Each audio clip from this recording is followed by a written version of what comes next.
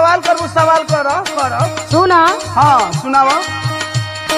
कौन चीज जग में बा धरती से भारी तो हमरा के दे बाबा ताई ये देवरू हमरा के दे बाबा।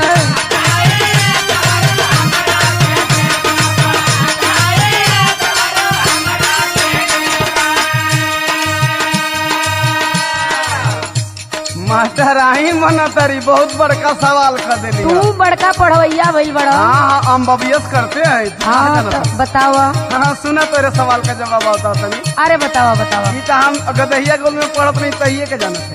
हाँ।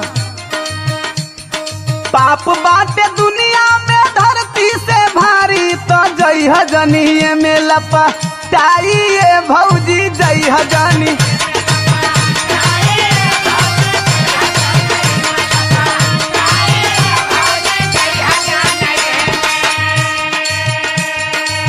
हाँ हो तनी तनी चल हाँक लगा कर। चना के तनी एगो और सुना।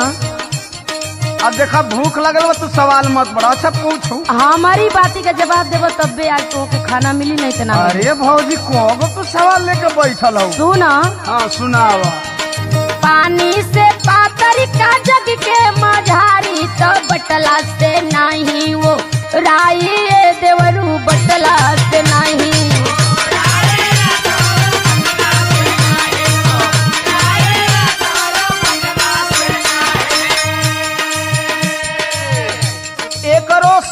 तू जवाब हमसे ले लो।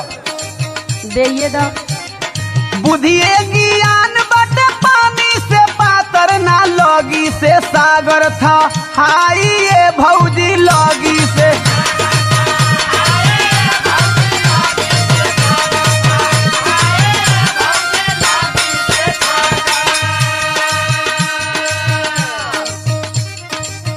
तनी है तीसर की लाइन का जवाब दो।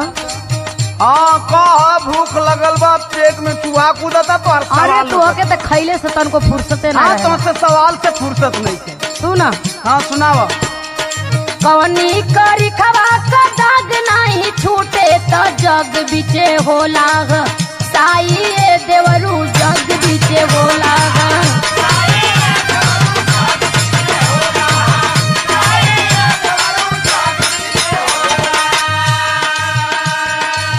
सुना। बोला। जग बीच कोई के कलंक यदि लागी तो साबुन से नाही धो वाई ये भौजी साबुन से ना।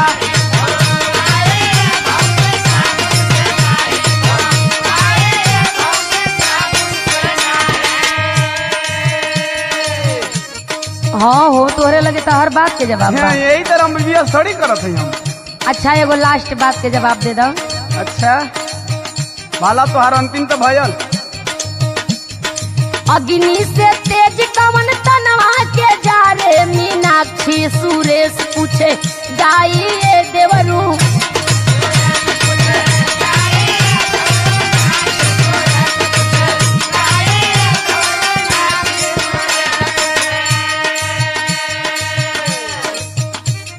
अंतिम सवाल का जवाब सुनल तो जान जाए कि हाँ तो तहार देवर कितना तेजू खावा।